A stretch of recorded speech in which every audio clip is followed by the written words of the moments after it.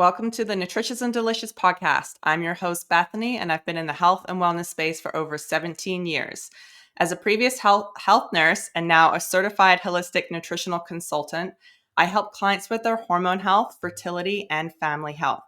Join us on this journey as we are connecting with experts from around the globe, sharing insights and personal stories along the way. So today I'm here with the amazing Kemila. So welcome, Kemila. Thank you, Bethany. It's an honor to be here. Yeah, lovely. So Kemila is actually a registered clinical counseling hypnotherapist with a full-time practice in Vancouver. And for the past 9 years, she's actually won the award of Vancouver's best rated hypnotherapist. Good job on that. That's wonderful. I have best clients. Yeah. So today our topic here is about how hypnotherapy can actually help you with emotional eating. Now, this is a great topic today because we are in January. So happy New Year, everybody. So this is a great topic because we all just kind of got out of the winter and everyone eating Christmas food and all the Thanksgiving food. And now people are going to be talking about their New Year's resolutions. So I love this topic, and we're going to talk all about like emotional eating today and how hypnotherapy can really help serve that. So first of all, Kemila, I want you to kind of talk about how did you actually get into the hypnotherapy practice for yourself? Oh, well, as a cliche would say, some of the things you choose and some of the things like a career path, they choose you. Even though it's cliche, I always feel cliches are cliches because it makes sense. Mm-hmm. My background is I was born and I grew up in China. So I moved to Canada 20 years ago. Now, English, of course, is my second language. I wouldn't really choose it. I wouldn't believe people would, work with me if I speak their language as second language. But it's like a chain of events happened, and I didn't know where that was going to lead me, but I had a curiosity, and so I just took that action, that step, and one thing led to another. Before I, realized that I became a hypnotherapist. That's a short version. A little longer version would be. There's always that curiosity about how the mind worked. I remember when I was 13, I started to read the Freud books. Mm-hmm. And of course, that I didn't go far. It's like 10 or 20 pages. I had to stop. It was too deep for me and I couldn't understand it. But there was a curiosity with how the mind works, how the mind creates other problems. Mm-hmm. And that kind of curiosity is what, one thing led to another after I came to Canada. And I signed up with a hypnotherapy school, actually, a part-time school at the time, and thinking I'm going to, learn how this works to change my own life. Right. I always felt I was a little undervalued in my work or something. There must be something inside my mind that led to that. And so I never thought about this as a career change, but life would have it that the moment I was graduating, I was laid off. So kind of put two together. I guess I'm gonna do it to try it. Yeah. So that's how from day one, 2010, I just because of this synchronicity, I started with a full time from day one. So looking back, that was a really actually blessing in disguise. Even at the time, when you lose job, you think that's not a good idea. Well, that's great that you kind of used it for your own sort of benefit and you reaped kind of the rewards of what hypnotherapy is. So kind of my first question to you is like, I really want to explain this, I think, to the listeners is what exactly is hypnosis and what are some of the misconceptions that people have about it? Because I find that like you hear stuff about hypnotherapy and we'll talk about that. Yeah, so for me, you can say it's like a hypnotic state. It's altered state where you feel in a subject, we call the client, inner experience would be like half awake, half asleep. Okay. So it's not a foreign state, really. It's the state where the physical body is relaxed. Like, when we wake up in the morning, not by alarm clock, but naturally, for whatever reason, maybe weekend. So their mind goes, okay, I don't really have anything immediately I need to tend to get up for. I'm going to sleep in. And then after a little while, you realize, am I actually sleeping, or am I just kind of dozing, Right. drowsy feeling? And then you have some inner even visions, and you go, did I dream about it, or was I thinking about it? So Right. it's very close to that state. We just don't need to use overnight sleep to get to that state. Right. Normally, using a hypnotherapist language, we can get to that state very easily. There is another component of hypnotism. Like a lot of people get to know that through like stage shows, like Las Right. Vegas shows. So yes, it's real in a sense. The shows, and people were hypnotized, but very quick. Because it's for entertainment, it's acting, so not everybody is suitable for that kind of work. Mm-hmm. 10% of people, they are very highly hypnotizable, and they are the good candidates for those. But hypnotherapists, it's different from that. Even though I sometimes think our mind is very funny, that's why we can use that for show. Yeah. And So that's what I was thinking, because a lot of the times people think, like, in general, sort of like hypnotherapy or being hypnotized, like that kind of word hypnotized, it's almost like they make it sound like they're someone's controlling them, like that, like it's not them. And like you said, I have that state where basically you're questioning, like, was that a dream? Am I thinking these thoughts? And it's that sort of state where you're kind of not asleep, but you're not awake yet. So exactly, yeah, if that's kind of like the best way to sort of describe it. So absolutely. that's kind of that big misconception, which I hear all the time, is like hypnotized, like, yes, like it's, and you said it's like a stage thing, where they're acting and stuff. But hypnotherapy itself is like a great way to sort of bring yourself sort of back to such a good state, right? And I think we'll kind of get into more of like the process and how you deal with clients, because I found that really fascinating when I spoke to you before, just in terms of like what clients say and things like that. But can you sort of first explain the difference between what the subconscious and the unconscious mind is, and how they sort of influence our behavior in sort of like everyday life, and particularly around food? Because this is obviously like a health and wellness podcast, and this is what a lot of our clients are dealing with, is that emotional tie to food.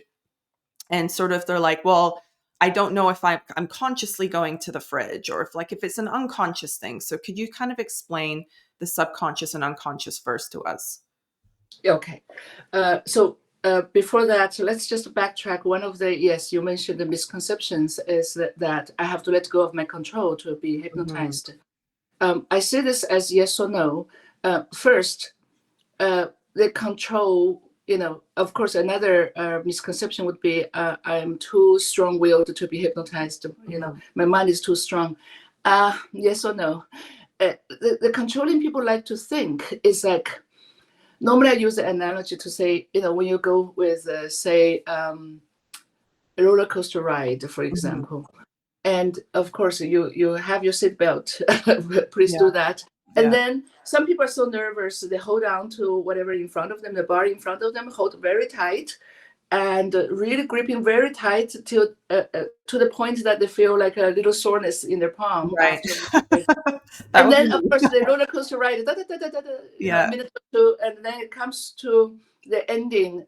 You cannot say, really, I'm okay now. This roller coaster ride made me okay because I am holding very hard on it. Right. It's not true. So that's the control we think about. I have to let go. If I Right. let go of the control, I will be thrown out of the roller coaster, which is not true. Right. So we are going to be safe no matter what, hopefully. But it's not because of this control. Now, some Right. people, when they understand it, they let go of the illusion of that control. They go, Yeah. they have a very, very good time. Yeah. So they're still safe. They actually enjoy that more. So normally I would use this, and I would say it's like the control you're holding too tight. It's not the reason that makes you safe. So letting go, yes. To be hypnotized, you need to let go, but Right. not let go of control. to let go is actually to gain more control, to have more broader Yeah. control. Let go to the control that's already here, because I'm working with your subconscious mind. Your subconscious mind is a mind that takes actions, that do all of this. So coming back to your question, the subconscious, unconscious mind. Now, if we go deeper, we can even see the difference between subconscious and unconscious, but I don't think that's this podcast is about. So we're going to just use subconscious unconscious mind interchangeably in this case. So when we say conscious mind, subconscious mind, or unconscious mind, it's conscious mind is normally what I would call the frontal cortex. It's the decision making. It's the mind that analyzes, rationalizes, Mhm. figures everything out, short-term memory. Now, that part of the mind, I would say, on the New Year's resolution, probably most people are fully engaged there. They mean it, 100%. The only problem in our profession we see it is like, even though you are 100% meaning it, you are not setting off to fail or to cheat on yourself. To do you actually, you are committed, but only when you're committed from this part of the mind. It's like only 15% of the mind is committed, so it's 100% of the 15%. Right. So in our profession we say the subconscious mind, the unconscious mind has like 85% of us. So That's it doesn't do analytical thinking, rationalization, or figuring out. Its main function is it's emotional mind. That's where mhm. all the emotions go. Right. That's when sometimes out of nowhere people start to feel anxious. They didn't decide to do that. They didn't know they're going to do that. They don't even know why they're doing that, Right. or sad or angry. You ask them in that moment, why are you feeling this way? And the honest answer in that moment, this person might say, I don't know. Well, that doesn't mean there's no reason. Of course, we know there must be a Right. reason. Doesn't mean this person's lying either, because the unconscious mind, we're not consciously aware of what's in it. So that's the emotional mind. That's the action-taking mind. Now, that's the thing. Emotion, actions in our human condition, they always go hand in hand together automatically. We like to think I make a decision and my action will follow up on that. Yes. Yes, like New Year's resolution. I think the good scenario would be follow up on that for a month, and not so good would be a few days, like a week. Yeah. Then we come back, and next New Year comes, so we do the exactly same resolution, Yeah. which means it didn't work in the past. So when the emotions are not engaged, the action we take is not long lasting. So that's subconscious, unconscious mind is the action taking mind, emotional mind. It's long term memory mind.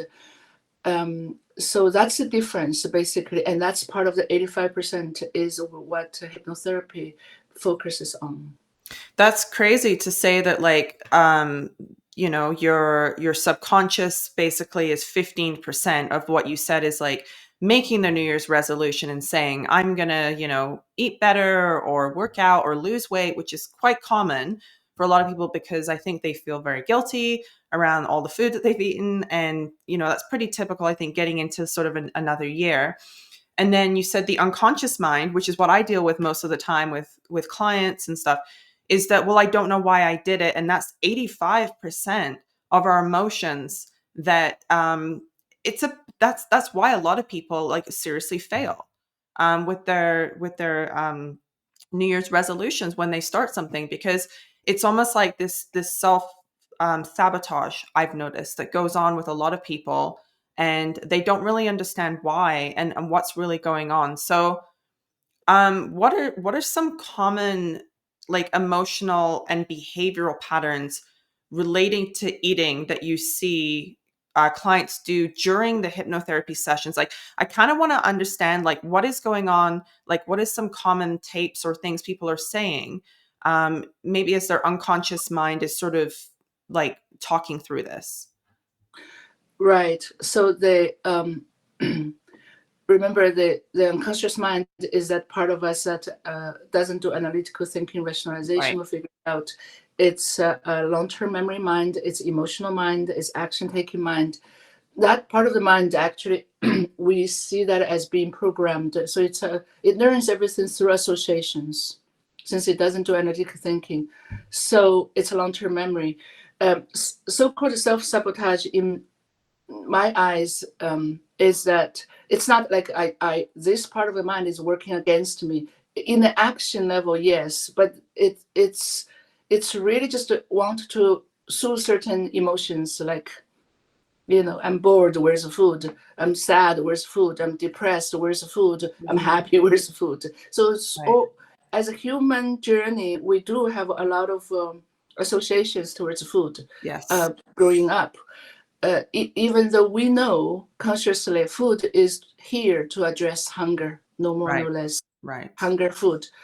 But now, look at our, collective atmosphere. We have this coming up, Christmas, as you say, so food is associated with happiness, with gathering, with all sorts of things, and so it's a go-to soothing substance, I think, for a lot of people when they don't know anything else. There's nothing wrong with emotions, but we haven't learned how to deal with emotions more appropriately in some other ways. And so we created, growing up, this neuron pathway, the very easy pathway. uh, Neuron pathway for me is like, either there's a field, you keep going the same way, same way, same way, back Right. and forth. There's a pathway now by just doing it, by walking on it repetitively. And so we have this neuron pathway that's very close, and there's a need for soothing. Where's the food? Where's the food? And so the emotion, action, remember, go hand in hand. We don't think anymore. We are programmed Right. that way. Right. So it sounds like there's kind of like what you said, it starts sort of long term. So this is what I see as well working in nutrition is that a lot of times it's coming up from sort of previous and like you said, the pathways are kind of already in that place of I feel happy, I'm going to celebrate, I'm going to eat something, or I feel sad or alone, I'm going to eat something. And it's like continual. So it's I find for a lot of people the change is really hard to go from it's like kind of automatic like you said, like they kind of don't understand like, well, why did I go for that? Like it was that emotion that came up, and I think a lot of people sort of don't address like, well, what was that emotion? Oh, I was bored. Okay, so when I'm bored for some reason I continue to go for food. I think sort of in terms of examples, I know you've mentioned this one to me before, it's just about the reward, reward system of like a child, like getting cookies, or the other way of food is scarce. So can you kind of talk a little bit about that, like sort of maybe examples that you've heard or common things from adults that maybe as a child it has brought up certain things? Yeah. So the example we spoke about, like, for example, as a child, you naturally want to play. Children actually have a very natural way for food. They stop when they are full. They Yeah. don't overeat. And from where I come, I remember my neighbor's young mother, and holding a bowl of food and a spoon and chasing the kids around, try to feed them. You should Yeah. eat more. You look so Yeah. skinny. But the children are just like, I don't care. They're just running around playing. Yeah. And so they like to play. In this example, one day they want to play. They want to, hey, mommy, or daddy, let's play. And then when they are so busy, they want to have some moments to themselves, and they go, oh, here's a cookie. So now you want to play, you receive a cookie, and so cookie is associated with, oh, play, cookie, and then cookie tastes good, tastes sweet. Hmm. And so there is that sweetness, that association towards the care and the love from my parents. Right. When that moment, actually what you want is to play. And so somehow it's almost like the conditioning starts there. So it's like, I'm bored, I want to play. And then the neuron pathway goes, where's the cookie? Right. And so that's how we are programmed. It's very common. Like you think about, I see two different spectrums sort of food, and I kind of want to bring this up too because this comes up a lot for me as well in terms of dealing with family nutrition. Is that I have parents come to me and sort of like what you were talking about with the children, that they're not eating enough, they're too small or they need to lose weight, and it's children will naturally eat and play and do those things. I find it's sort of the adult that is more projecting onto sort of what they should be doing and either restricting like sugars and things, and it actually makes it worse because children will more likely they will hoard food, and as they get into adults, like you said, like they kind of get into more of those binge eating cycles because they feel they can't have it and it's shameful, and it's just that reoccurring sort of model. The same with sort of the reward system, like you said, like, oh, every time you do something, or I, I don't have time to play with you, here's a cookie, or here's, some chips or something, and you're rewarded for that sort of I feel lonely, okay, so I'm going to have that food. I definitely see that a lot come up, and it's interesting that you say like it goes so far back. So it's a good thing to sort of see where this is all coming from. Um, how does hypnotherapy specifically help address emotional eating, and what are what are someone can they expect from sort of the counseling with you? So first, I have to say you are very insightful in your work. It's almost like there's a hypnotist inside you that you don't know yet. Maybe. Really, like the way you see things, it's really like in that case. If I love it, so many parents they listen to their experts. Yes. When they can just listen to their own children. Yeah. Like children know how to hungry food, so we think we started to have like this amount for them, they have to finish this amount. And I feel like so rigid. The experts, they're right, but my child is very uniquely individual, right? Even Yeah. like sleep, experts say we need 8 hour, but some people might just need 9. My husband needed 24 hours. Some people 7 hours totally Yeah. fine, or even less. So yeah, in that case I can easily see how uh, we are so worried about them not eating enough, for example, and the child might develop this idea of eating to please someone. Yes. Yeah. It's Yeah. it's it's quite common, and something that when you were speaking of, and I hear this often too, when you were sort of saying the parents, and you probably hear from the experts, I also hear it's generational. So what I get from a lot of parents is, well, I had to eat everything on my plate, so therefore, like, they're being disrespectful if they're not eating my food, or in some cultures, food is love. So if they've made food, why aren't you eating my 7-course meal, And then people feel guilty, like so shameful, like, and they go to other people's houses and they feel they can't say no. So again, it's like a boundary issue too. That comes up quite often, I've noticed. But what I hear in like sort of from other parents and generational is that, well, I'm not making 2 meals, I understand this, or you get what you're given, or like I wasn't given that choice as a kid. So a lot of it I've noticed, as well as it's coming from sort of the way you were taught, either you liked maybe or respected, I guess, what your parents taught you, or you kind of have the opposite spectrum where they're like, I used to have to sit and like eat all of my food and I felt so sick, and I'd never do that to my kids. So um, for me, when I do talk to parents, and sort of my personal nutritional advice with children is that, like you said, they are all personal. Not everyone's going to need, they might not be hungry for a huge dinner. I would say, like, especially dinner always seems to be dinner time, the battle for some reason. But put the food out. If they're not going to eat the entire thing, wrap it up. They can have it another time later. There's always leftovers. Like forcing somebody to finish something, it actually backfires. And kids will use it sort of for like this push and pull. And there's a lot of that going on at the dinner table. And it also gives them, unfortunately, like I hear in adults when I'm dealing with adults specifically, issues around food.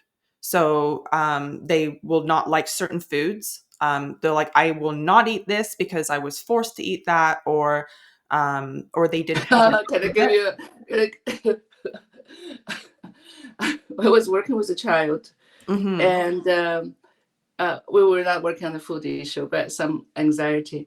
And this child told me once, in a kind of a hypnotic state, she said, when I grew up, when my mother is older, when I need to take care of her, I will only give her milk and apple.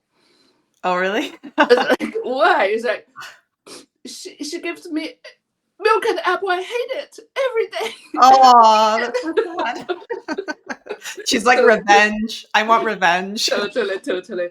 Now, like I had to finish. That's kind of I call this generational craziness. Like Mhm. I had to finish. Therefore, you have to. Like I suffered enough, and therefore you should suffer. What's Yeah. the logic of that? Yeah. It's very strange in a sense, but I It see it through is. so many different patterns in generations. It can be food, it can be other stuff, but I hear it all the time. And definitely being a nurse working in the diet industry, this was why a lot of people ended up on diets. In a sense, they had a lot of trauma, either Oh yeah. childhood, and there was so much shame around food and eating, and I shouldn't feel happy when I'm eating, and or I was pushed like the big one I want to say is the clean dinner plate club. That's the one that I noticed massively in the diet industry, was that a lot of adults I saw were telling me I had to finish everything on my plate and I was full and I gained so much And weight. the reason people normally give is even crazier. People in Africa are starving. Yeah. Therefore, you should finish your plate. How does No, that work? it How doesn't. does that work? Like I eat more, one more bite doesn't solve that African Right. problem. So that normally that's how I see it. I tell my clients about it. When the food is here to help you to serve you, and you are not here to serve the food. If you're full, you're full, and it doesn't really matter. You if you are environmental whatever conscious, you wrap it up. And leftover sometimes taste Yeah. better. Or if it's not suitable for leftover, and this should go to compost or garbage. Yeah. And you either, because you're full and the service of the food is done, and you either take the food to garbage or you treat your belly as garbage can. Right. And like you said, it's sort of that whole what we're putting in, what we're listening to, we're taking that all in. And you know, I think the hypnosis is a great tool for anybody sort of struggling with that emotional eating, because a lot of the times, like when I speak to clients, is that they're in this sort of automated mode and they say to me, like, I don't really know how I got here. Like I'm doing this action and I really want, like you said, logically, I really want to meet my goal, but then this is why it backfires. And this is honestly why diets don't work. Like when people are such on a restrictive diet because they're following something they really don't want to do. Logically, they know it's going to help them lose weight, but logically, that's only going to get you so far. And the emotion is what overtakes, like you said, the 85%. So is there Yeah. anything else that you wanted to So kind of touch on here?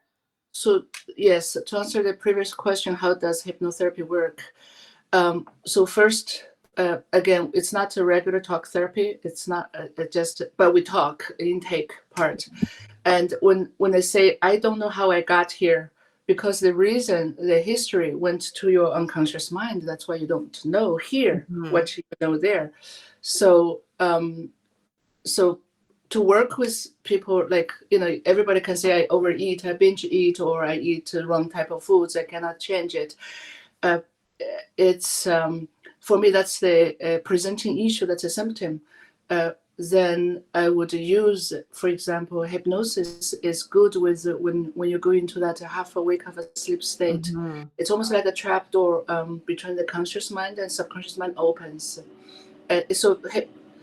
So in that state, hypnosis is actually more focused awareness, and so Mhm. your eyes are closed, you're not distracted by environment. And sometimes I have some noise outside my office door, and I apologized at the end. So I'm sorry for that noise. And a lot of times people say, "What noise are you talking about?" Because They it's, kind of yeah, completely it's out. blocked. They are more inner focus, and so through that focus, since your action is already here, And so there must be a thread. And so regression, hypnotic regression would answer that question, how you got here. Interesting. Right. So like history intake, normally regression is part of it to see how it's all started. Mm-hmm. So that like here's a cookie mother gives to a child was a real story from my client, and so that's where you started. And so we get to know how you got here. We find out that neuron pathway. Then if you don't like it, we don't need to work on that one. We just Mm-hmm. create a new neuron pathway. Yeah. We so the weed or whatever will take care of it. And so then we start to map out a new way, which means we need to redefine a lot of things. We need to reassociate a lot of things. Right. And so to create a new neuron pathway, yes, you may notice it's not easy, it's hard. Just an example, there's new development in our neighborhood, and my husband told me one day, hey, because of that, they just finished that. There's a new fast way to go to where, normally Mm-hmm. I drive out of here. And they said, that's cool, let's just do that, because a new road was built, like very short.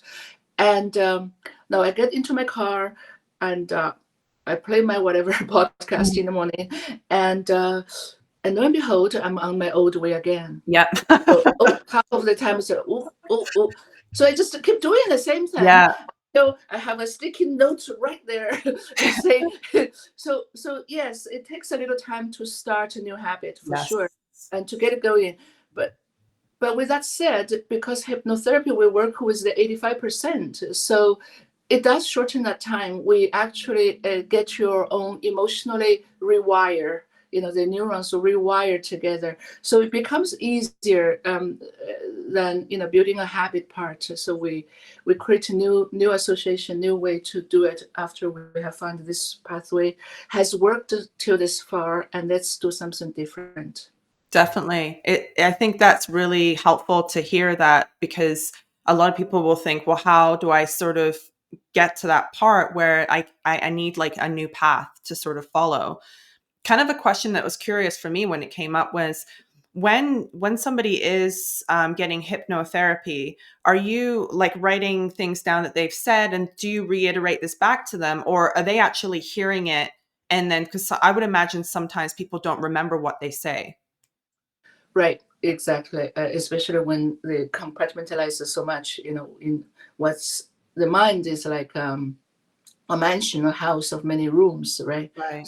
So for people, most people they're not locked, or they can just go one room to another. But for some people, for whatever reason, especially shame, Yeah. whatever shame, you lock it. You put it Yeah. there and you lock it. It's never to be seen by others. And so in that case, therefore, what happens in one room may not be remembered in other places in the Yeah. house of the mind. So what was your question again? So when someone's sitting there and getting hypnotherapy, are you writing this down, what they're saying, and then reiterating it back to them? Super question. I love, yes, 100%. I always write down people what they say. Yeah. They don't hear that, but sometimes it's just without even hypnotizing them, because I've been in this industry for so long. Uh, their words are so organic, they're Yes. so telling.